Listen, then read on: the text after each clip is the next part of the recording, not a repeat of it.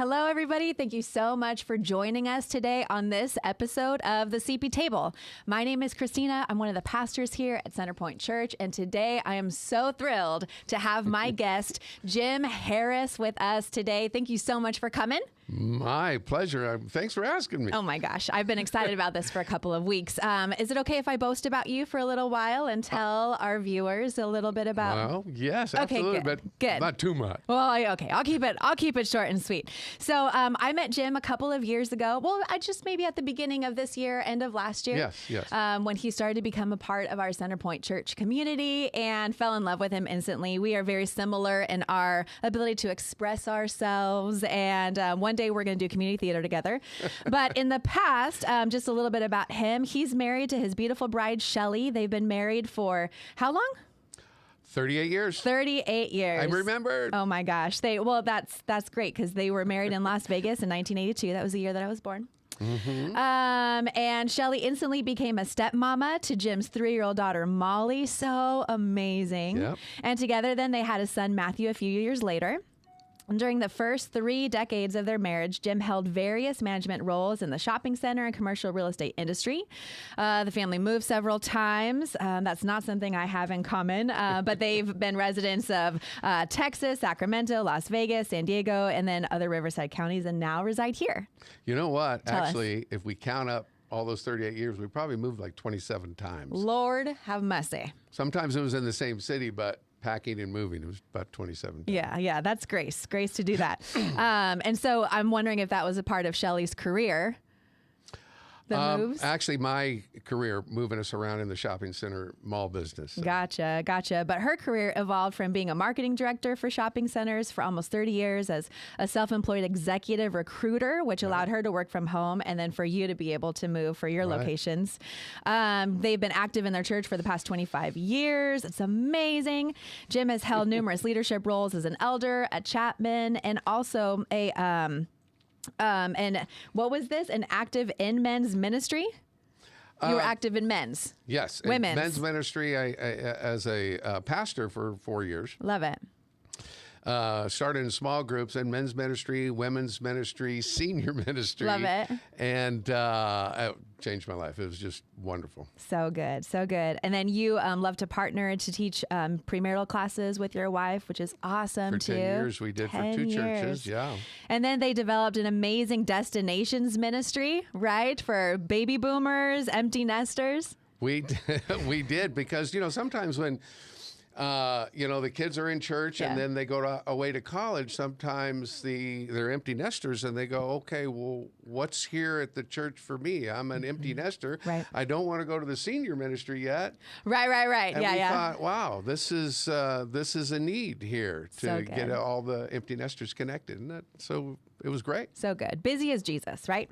In 2012, you were called to leave the shopping center industry and then become an associate pastor. Yes. At that time, he oversaw multiple ministries, dozens of staff and volunteer until retiring in 2015 to help take care of your guys' parents. Right. What an honor. Well, at the time when I retired, all 4 parents were living, and every 9 months we lost a parent.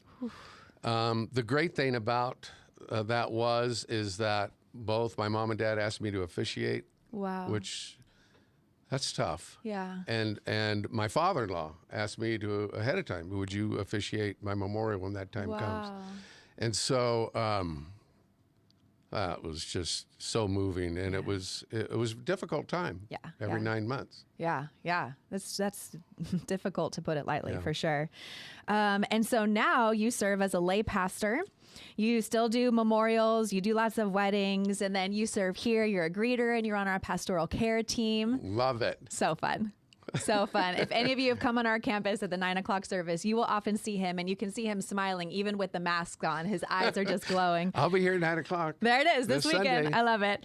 A couple years ago, you were invited by David Arthur to be a part of the Precepts Ministries. Right? Which is huge. Yeah. So you just talked about retired from shopping centers. Yeah. Was a pastor for 4 years.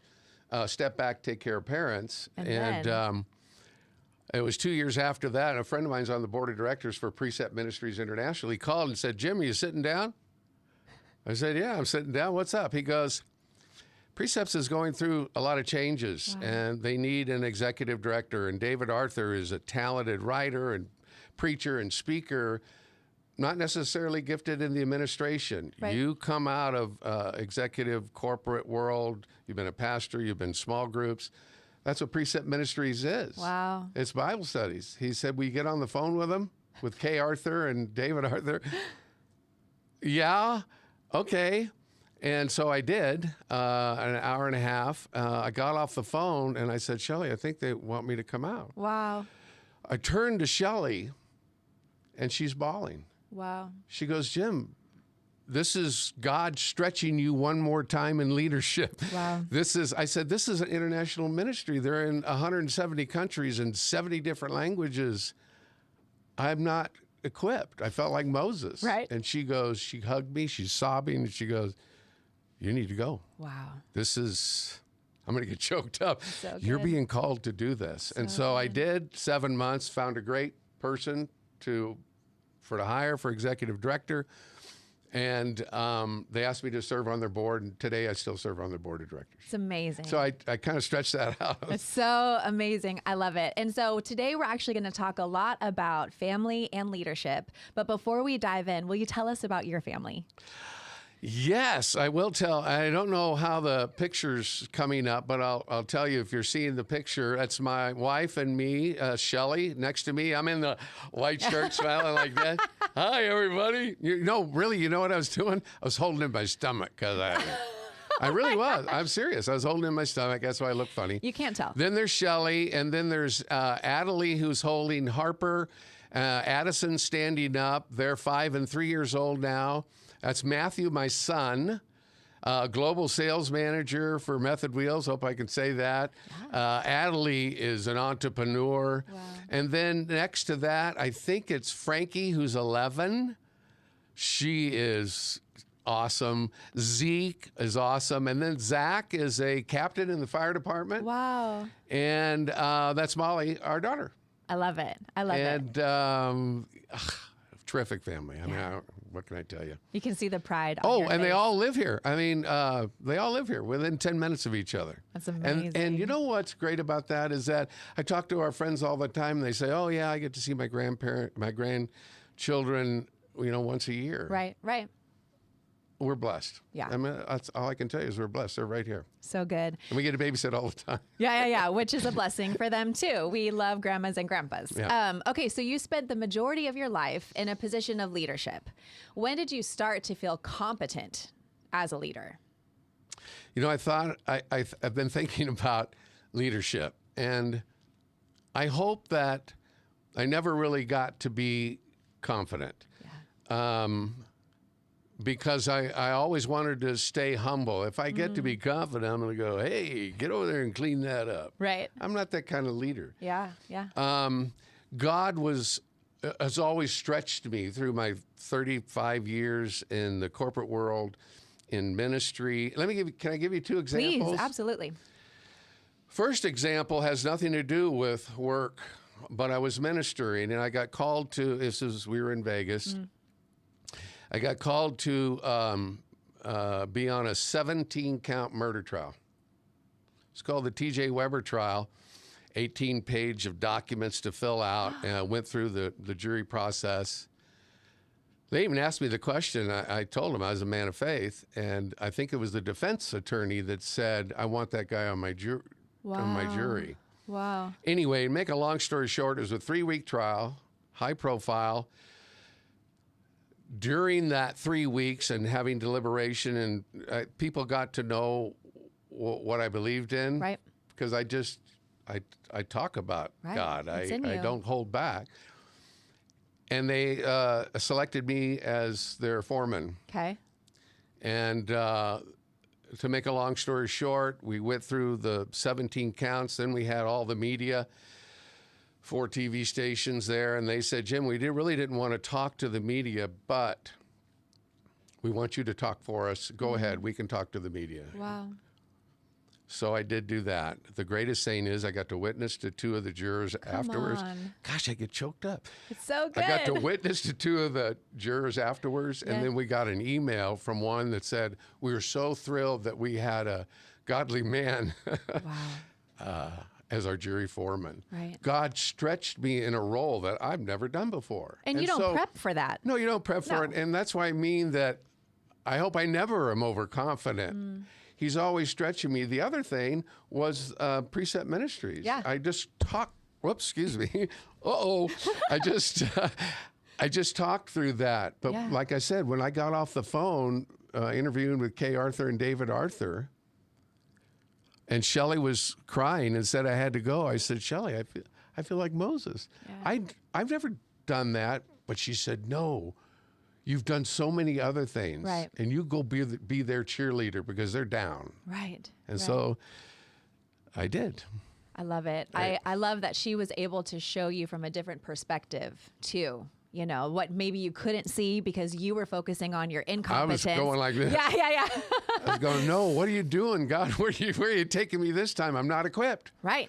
But you But- still said yes. My wife is the biggest, the biggest encourager any man could ever have. Come on, it's so good.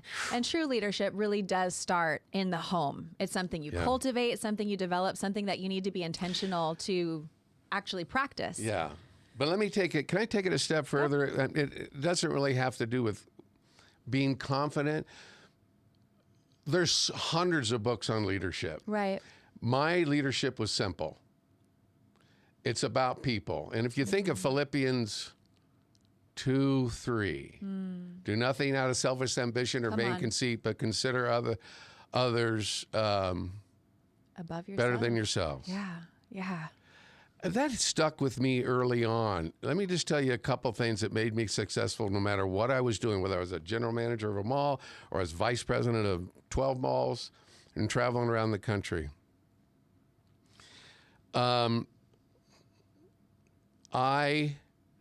Monday, and I would do this not because I had to, I'd do it because it was me. Every Monday, I'd check with staff. I'd go office to office. Wow. I go, how was your weekend? How's your kids? What's going on? Everything Wow. okay? Where can I help you this week? What are you working on? I know you got these goals, you got those goals.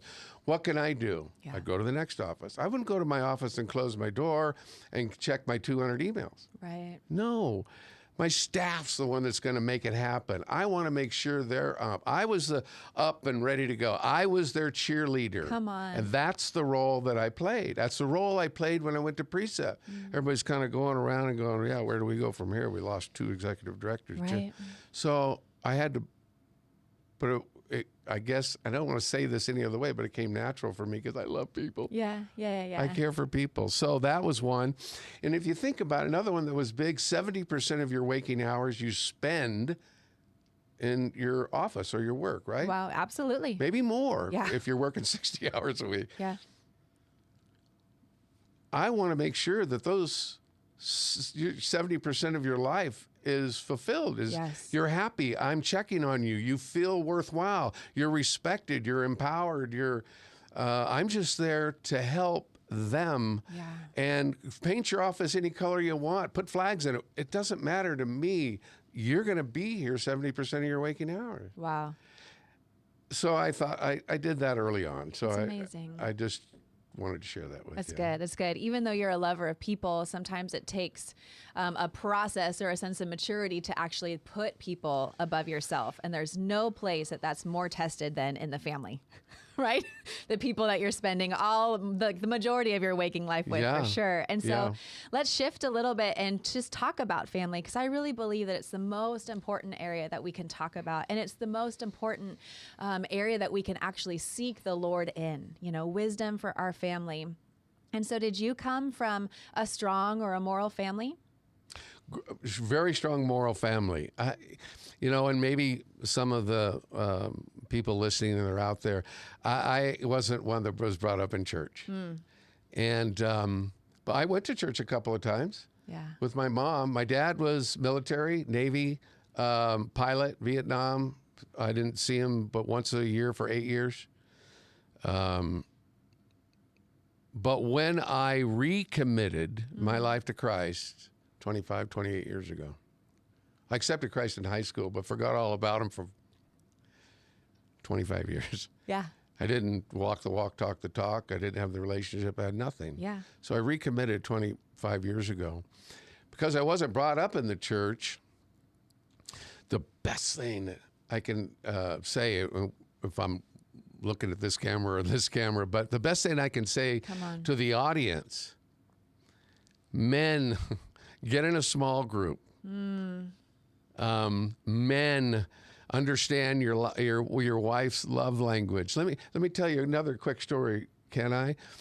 When I went to my first men's small group, because I grew up with guys that went on ski trips and drinking and carousing and all that kind of thing, You had to redefine I went to my first small community. group. A couple guys got their Bible open and they asked me questions. Jim, how's your family? Jim, how's your relationship with your kids? Wow. What's going on? What are your biggest priorities right now? What's happening at work? Wow. I have to honestly tell you, that's the first time in my life that I had guys looking at me caring and asking me questions about family. Yeah. So that's why I say small group, know your wife's love language for sure. It changes your life. Two other things. Find that mentor. And the other big thing is that us guys, we always get squirrely and we always go off the path and we always sin. Even though we've committed our life to Christ, we always sin. Women sin too, just a couple times. Probably less than men, Well, but that's you know. good to know, Christina. So, get accountability partner. Now, what I mean by Yeah. accountability partner is someone you can call and go, man, I'm struggling. Can you meet with me? And they'll drop everything. They'll get on a plane. They'll meet with you. Yeah. My wife has the liberty that if I go sideways or get in the dumps or we're having major problems for whatever reason or Satan's attacking, she picks up the phone and calls my two accountability partners. Wow. And they will be on a plane in my face. Wow. So I say to the audience and I say to guys, accountability partner and small group, men's small group, those things, and a mentor, those things, because I didn't grow up in the church, Right. is what's saved my life. Wow. With So- Jesus, of course, but Oh, I mean, yeah, yeah, those yeah. were the things that helped my walk. Right. Right. So you came from a strong moral family, not a Yeah. Christian family. You came to know the They're Lord. believers, but we didn't talk about it. Right, like the Christmas and Yeah. Easter friends, yeah, for sure. We love all people, we love it.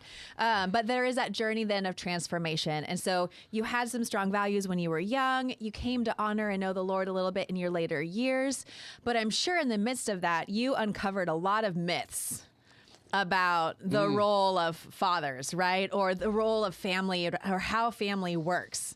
And so, what were some of the myths that maybe were true for your guys' family that, you know, we're just like, oh my gosh, can't believe I learned this when I was younger? Well, you know, there's some family things that you pick up that you go, oh, I'm going to never do that. Sure. It's not always the positive things you pick up on. I learned an awful lot by going, oh, I can't believe they're treating their kids that way. Right. Like, I will or is never. why are they sitting back going, hey, honey, get me a beer? I'm going, get it yourself. Right? I'm telling you, Yeah. it's things like that they're not honoring your wife. Yeah. Myths. I just got there's two household incomes now. I mean, the majority of families, there are two household incomes. But Shelly and I are a little different. Shopping center business. I had 12, 13 malls at one time, hundreds of millions of dollars. And that's not that big a deal, but well, I guess it is. It's a lot of work. Deal. Yeah. Yeah. But on the finance side, early on in our marriage, I said, I don't want to come home and balance the checkbook. Because you were doing Would that you at work? please do it? I mean, Shelley's so organized, and she Yeah. does what she does. I said, will you please Yeah. handle that for us? And she does a wonderful job. She does whatever investments we do, too. I go, yeah, sounds good to me. Keep it going, girl. Yeah, just, show me the balance at the end. It's a role reversal. I love caring for people. Obviously, I'm in the care ministry. I love helping and counseling, and I love doing things for my wife. That's never changed. And I learned that from my dad. I do dishes. Wow. Shelley's the first one to say, Jim does dishes, and I'll do them if I don't just put them in the dishwasher. I like to do things by hand. I do laundry. I iron 95% of anything I want to iron. I go to the cleaners.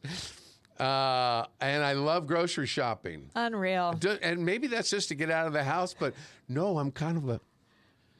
Okay, I know the guys are going, man, that guy's weird. He needs to be quiet right now because I'm not doing that stuff. That's amazing. But I'm kind of a foodie, especially sweets. And I bake. So I love going grocery shopping. Yeah. So those are different. And Shelly, she'll take the car in to be serviced. You know, I do too, but she'll work in the garden. She'll do a lot of yard work.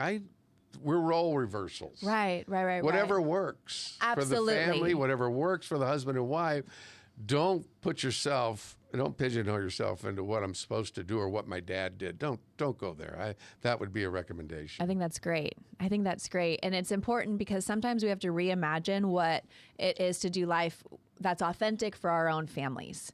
And so as parents, I know I can speak for my own journey. It's important for us to kind of take a step back from the day-to-day, the laundry, the dishwashing, all of that stuff, and to actually focus on the vision that God has given us for our family. And so when you and Shelly were raising your kids when they were young in the home, did you guys have a strong vision for your marriage and family? It was a simple vision. I don't know if you can call it a strong vision. We wanted to expose our children to church. Yeah. We wanted to bring them to church. We wanted to be regular church attenders and serve. We're not going to force them. Right. We never forced everyone, you got to get involved in this. Or to get involved in the youth thing and do this. No. Expose them. Be a light. Be a role model. Expose them to church. We wanted to give them opportunities to get involved in things and share things, but not obligations. Wow. Not force them to do things. Mm-hmm. We do family dinners. We didn't start off doing that because remember, the first 10 years, I was kind of wild and woolly. I don't know if we've talked about that. No, we haven't talked about your wild days. We'll save that for another time. Part 2. Family dinners. And maybe that's why our kids want to go to... Our kids, they're 40 and 36. Right. They want to go on vacations with us today. We would do things as a family as much as we could. Wow. I was a Little League manager for 5 years and so on. So those are the kind of things we envision doing with our children. Can I give you another quick short story? Please. Boundaries with your teenagers are very important. And I'm sharing with you what was a revolution for us. And I don't know if my son's watching, but I'm going to share this story, Matt. Every PK loves this moment right here. My kids say the same thing all the time. They're like, what did you share about me today? You know? And so, we pray for all of our pastors' kids. So Matt was 16 years old. We only had 3 rules in our house. They were boundaries. Interesting. One, if we're out of town, he's at 16, no girls over, no drinking, no drugs. Wow.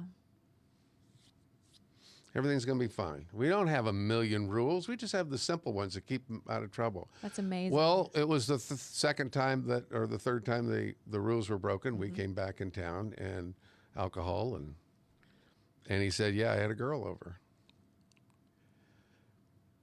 Okay. You know what we've talked about. Yeah. And the thing that got me, and let me just say this, he's the most awesome son in the world. Yeah. But I think this was a turning point for us. And that's why I say it's important for parents to set boundaries. He would not apologize. He had no forgiveness in his heart. He said, I'm not apologizing to you. It was fine. Nothing happened. And I'll do what I want to do. Kind of attitude. I'm not quoting it. And we said, well, then I guess you can't live here. Wow. And he left, went upstairs and packed his bag. 16 years old, just started high school. Shelly, I've caused a lot of pain in our relationship early on, even though we're a very strong marriage. I've never seen her since sob like she sobbed. I couldn't And so imagine. I'm sitting here going, Matthew comes down, packs his bag, walks out the door, doesn't say goodbye. He refuses to apologize. I had to console her for an hour. And I said, I'm so sorry. What, did I do something wrong? We've talked about this, Shelley. She goes, no. And she's sobbing. She's going, you did exactly the right thing. That's why we set these boundaries. So Wow. the story, he came back after 5 days, but the wife, he went to a friend's house. Okay. That friend's mother kept Shelley informed during the week, that kept her hopes up. Yeah. He came back in 5 days, very remorseful, very apologetic. I understand that I was wrong. I don't want to go there anymore. And of course, things changed. But that, because we were strong and doing something that most parents would never think about doing, and it was the most it was the worst heartbreaking moment of our lives. I think it changed our whole relationship with our son. It was the thing that he's the greatest. Yeah. And you had a vision for who you knew he was going to be. And that meant that sin couldn't remain in his life when he was younger. And that's so powerful. Very bright, very bright. Yeah. He has a heart for God. Can I tell you one other thing? Yeah. We're going to be here all day, folks. Yeah, this is going to be an hour. Yeah. I had this, since we're talking about that and vision, I was blessed with my daughter and son-in-law came to me after church one day. This is years ago, 7, 8 years ago. And there was baptism call. And those of you that haven't brought your shorts and your towel, you can still come. Just get in line. Yeah. I wasn't doing baptisms. I was a pastor at the time. I wasn't doing baptisms. They came up to me and said, can you break away and baptize both of us together? Oh. What an honor. Yeah. It's just one of those moments. Yeah. I could barely get the words out when I baptized them. Yeah. And then 2 years later, my daughter-in-law came to me and said, hey, we're going to be in Las Vegas, our church in Las Vegas, the Crossing, and said, between services, I've already checked with them. Will you baptize me during services? Oh, my gosh. Services? I'm going, that's why you hold the boundaries early on and look at the blessings you get later on, because you're trying to do the best you can in the godliest way you can. Yes. Does that make sense? It is. And it's good because, I remember seasons where it's all Ian and I could do to like high five each other. Like, we made it. Let's just go to bed. Every bit of parenting was reduced down to nobody died. And we just, did everything to crawl into bed. And I think that happens because the day-to-day tasks are huge. You're dealing with real humans with emotions that don't know how to navigate themselves. Oftentimes, we don't know how to navigate our own needs. No, absolutely. And so it is. If you don't know who your kids are going to be or what the vision or goal is for your family and for your marriage, you'll lose sight of it, right? Proverbs 29:18 says, without a vision, people perish. Another version says, without revelation, people throw off restraint. They no longer partner with boundaries, self-control, those tool sets that help us become powerful in our marriages and our parenting, and we lose sight of the bigger picture. Absolutely. And we try not to. You love your kids so much, sometimes you do too much or enable them and you just got to set those boundaries. And it really paid off. The blessings sometimes come years and years and years later. Yeah. I will tell you that after my kids graduated from college, after they were all baptized, my son and Shelley went with my son to get baptized, many years ago. I said one time during prayer time, I looked up and I said, God, it's okay. You can take me now. My kids have gotten through college. Wow.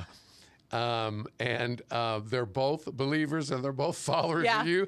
I'm going to see them again someday. If you want to take me now, you can take me now. I'm good to go. That's amazing. Anyway. And you once told me a story about... I did. You did. But about a powerful moment in your marriage, too, where you decided that you were going to fight at whatever cost for your and Shelley's relationship. Can you tell our audience about that? I can. Okay. Well, that's going back. I said, hey, during the first 10 years, I was in the shopping center business and I kept climbing the corporate ladder. And I got full of myself. I mean, you know, bottom line, I got full of myself. I started having first air class travel, first class travel, first air class, or first class travel. I love martinis. American Airlines gave you Sundays, and I just got full of myself. And when I'd go out, I was out of town a lot. I had 13, 14 malls, and living the American dream, right? Yeah, we're doing very well. I had taken a job on the East Coast. Shelley was trying to sell her house in San Diego. I was out, you know, with trying to make new friends and drinking and staying out late and working in the morning and then traveling back on the East Coast. And I finally figured out I'm living in a present day Sodom and Gomorrah is what.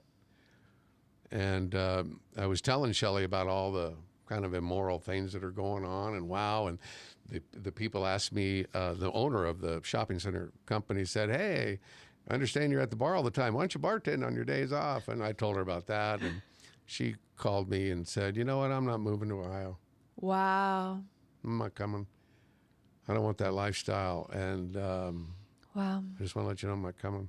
Another boundary. I hit a huge wall, and so it was either my family and Shelley and my wife and my relationship in the future, or so I quit my high-paying job and my travel, and she came out and picked me up back in the East Coast. We had a 3-day trip, 4-day trip back.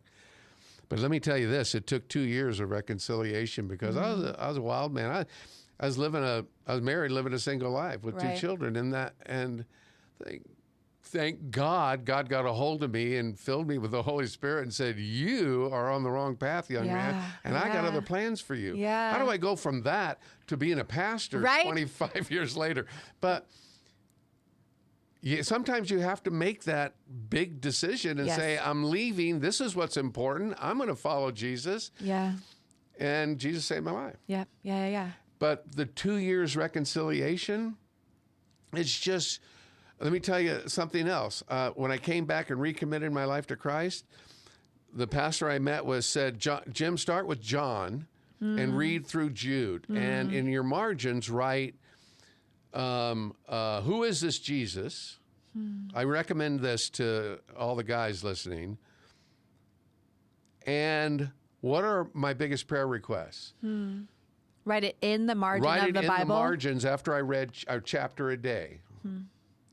And when I'd leave for work, Shelley would pick up my Bible and read what I wrote. Wow.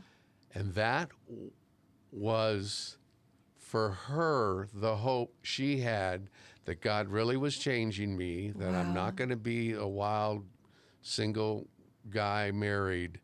And that was the hope she clung to. And our marriage since then, after all that, it doesn't get much better. Yeah, we still fight, and yes, but forgiveness, as I said earlier, forgiveness, and look at each other and walk in the other room for a minute, come back and go, "Wow, am I out of line? Please forgive me." Yeah.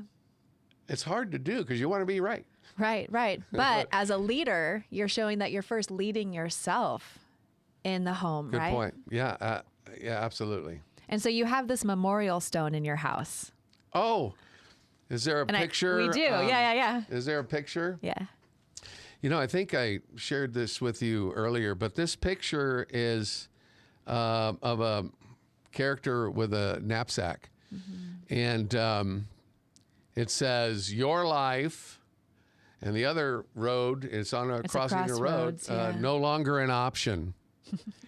And that was the story I just told, that I was back on the East Coast. And when we decided we were going to reconcile and Jim was going to quit and put his wife first and his children, I sent her this card. I think I shared months and months ago that I had this card, but I thought it was Shelley that sent it to me. No, I sent it to her.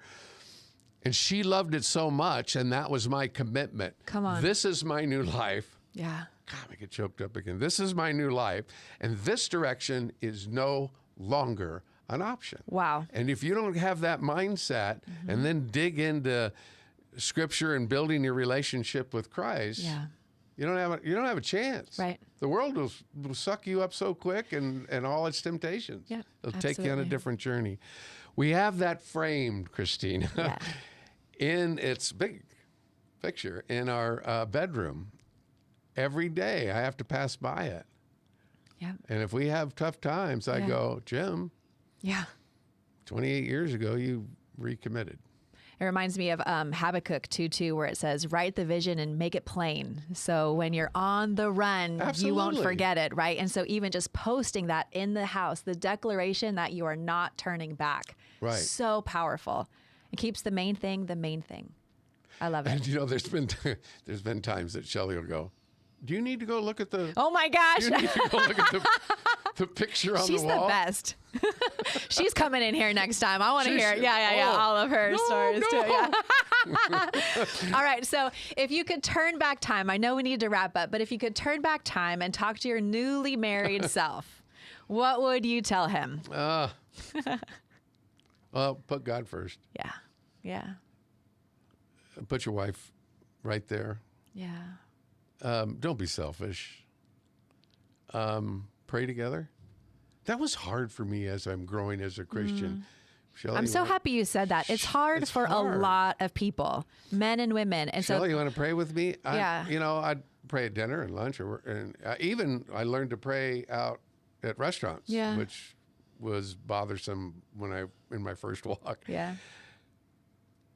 This morning, she knows I get nervous for these kind of things, or if I've been on stage. You can't tell. I finished brushing my teeth. She looked at me and she grabbed my hands. She said, I'm praying for you. Wow.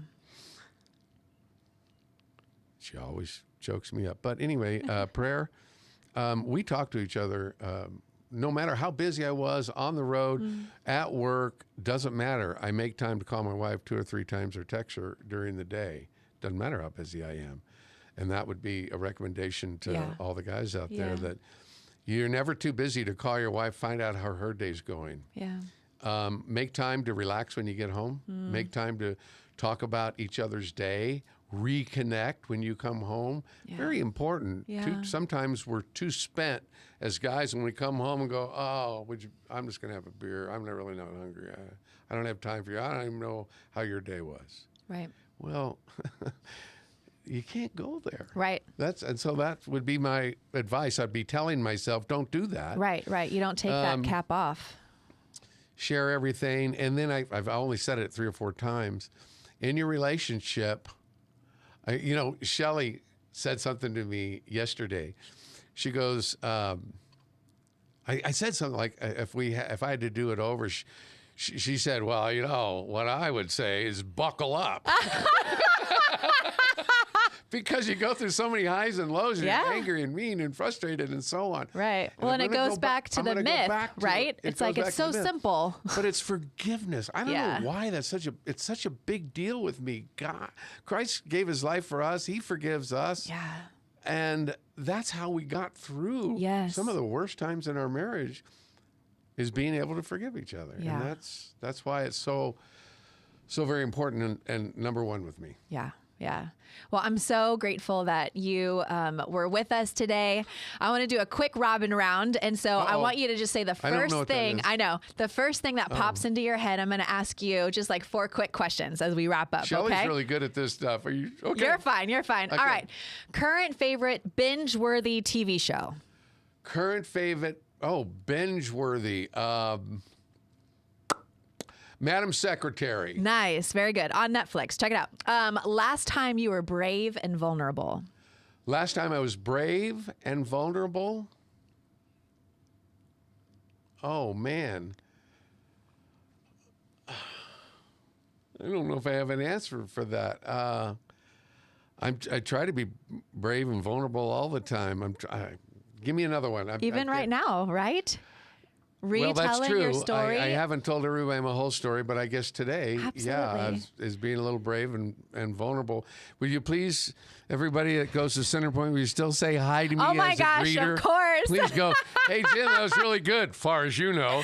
Oh, no. It is good. And one of the best things about your story is that there's no shame. You've been redeemed. You've been transformed by the love of God. And there's no presence of shame or even regret because God has done so much good. And I love that. And so you were brave and vulnerable today, right? Yeah. I know. It's a mystery.